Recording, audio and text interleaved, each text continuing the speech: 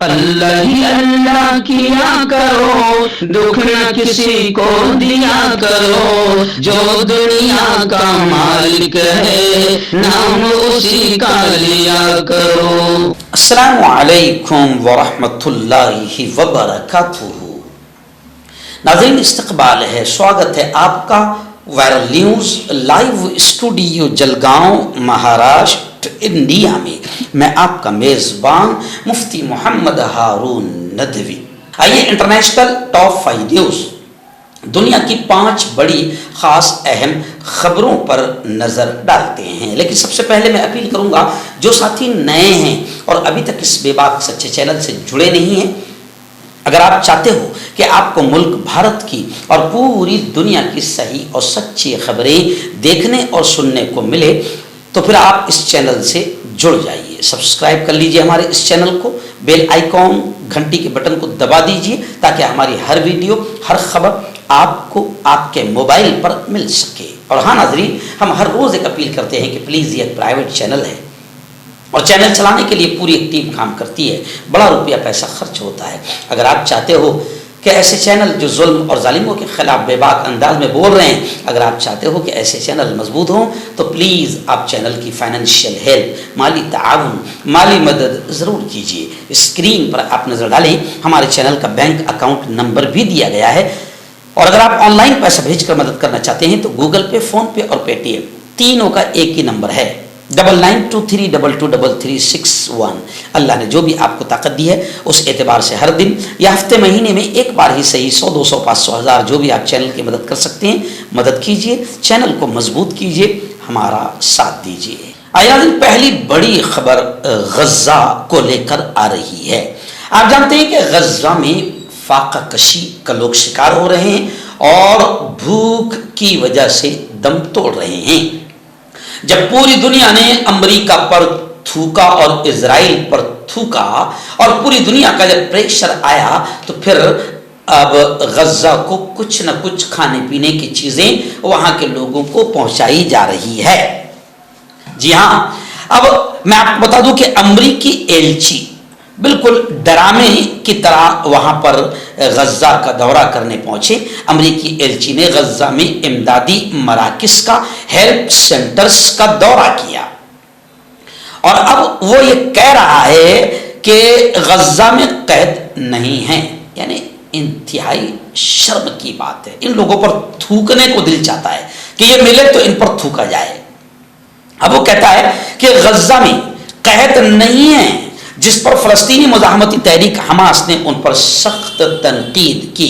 Hamas نے ایک بیان میں کہا کہ امریکی ایلچی کا ان امدادی مراکز کا دورہ، جن کی نگرانی غزہ ہیومینٹیرین فاؤنڈیشن کر رہی ہے، ایک پہلے سے یہ طے شدہ ڈرامہ ہے جس کا مقصد عوام کی آنکھوں میں دھول جھونکنا ہے، اسرائیلی قبضے کی شبیہ بہتر بنانا اور بچوں اور نہتے شہریوں کے قتل عام اور قحط کے انتظام کو سیاسی تحفظ دینا ہے۔ اور اب امریکی ایلچی یہ بھی کہہ رہا ہے کہ ہم غزہ میں جنگ کو بڑھانا نہیں، ختم کرنا چاہتے ہیں، اور حماس نے کہا کہ ہم ہتھیار نہیں ڈالیں گے۔ اس کو لے کر امریکی ایلچی نے کڑی تنقید کی ہے۔ حماس نے کہا کہ ہم ہتھیار نہیں چھوڑیں گے۔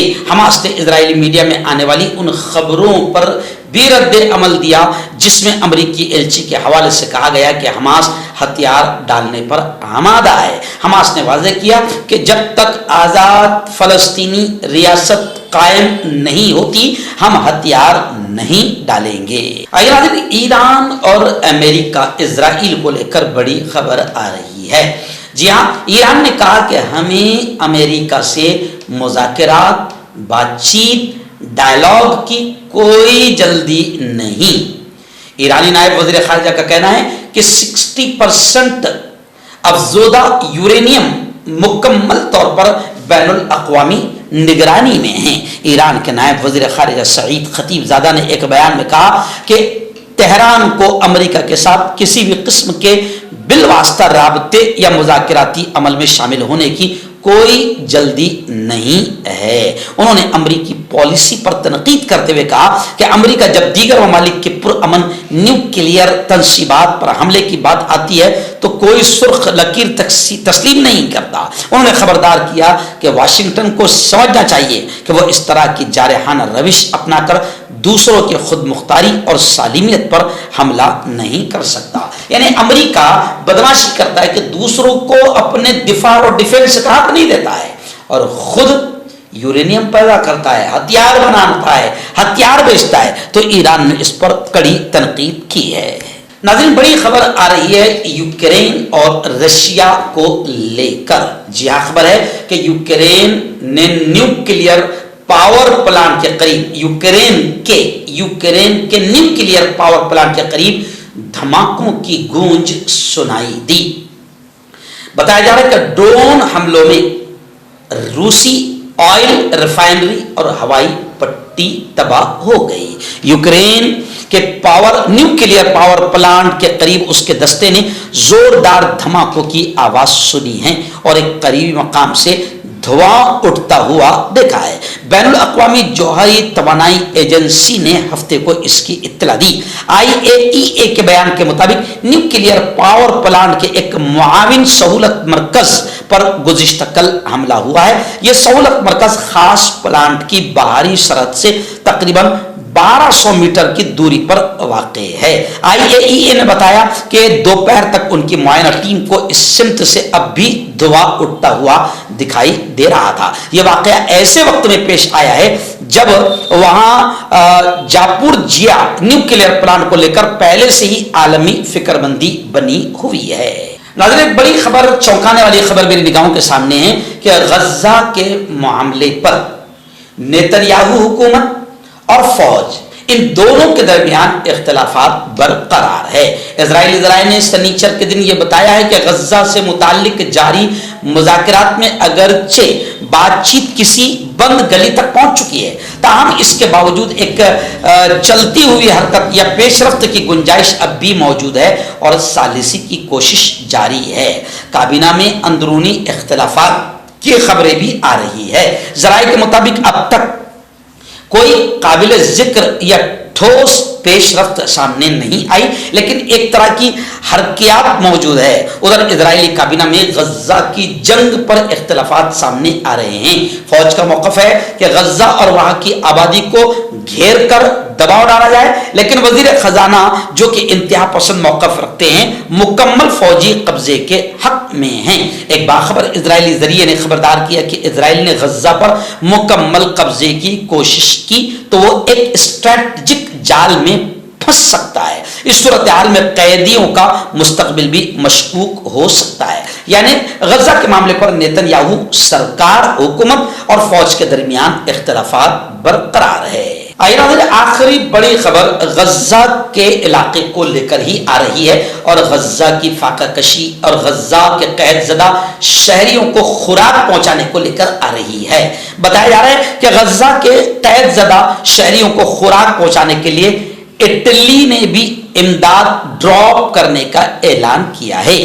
اٹلی نے بھی غزہ میں فضا سے خوراک گرانے کا اشارہ دیا ہے۔ یہ بات اٹلی کی طرف سے جمعہ کے روز بتائی گئی ہے۔ ایک روز قبل غزہ کے قید زدہ لاکھوں شہریوں کے لیے اسپین نے فضا سے خوراک کے پیکٹ گرائے ہیں۔ اب اٹلی بھی یہ اعلان کر رہا ہے کہ ہم بھی غزہ کے قید زدہ شہریوں کو خوراک پہنچائیں گے۔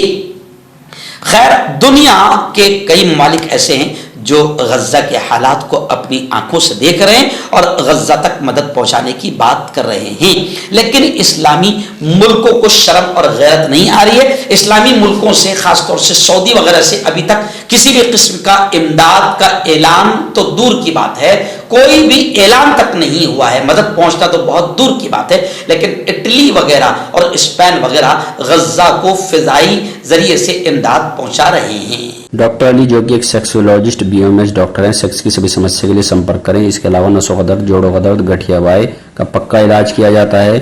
بواسیر خونی ہو یا مسے والی ہو جڑ سے ختم ہو جاتی ہے۔ شوگر بنا پرہیز، بنا انگریزی دوائیوں کے گارنٹی کے ساتھ بالکل ختم ہو جاتا ہے۔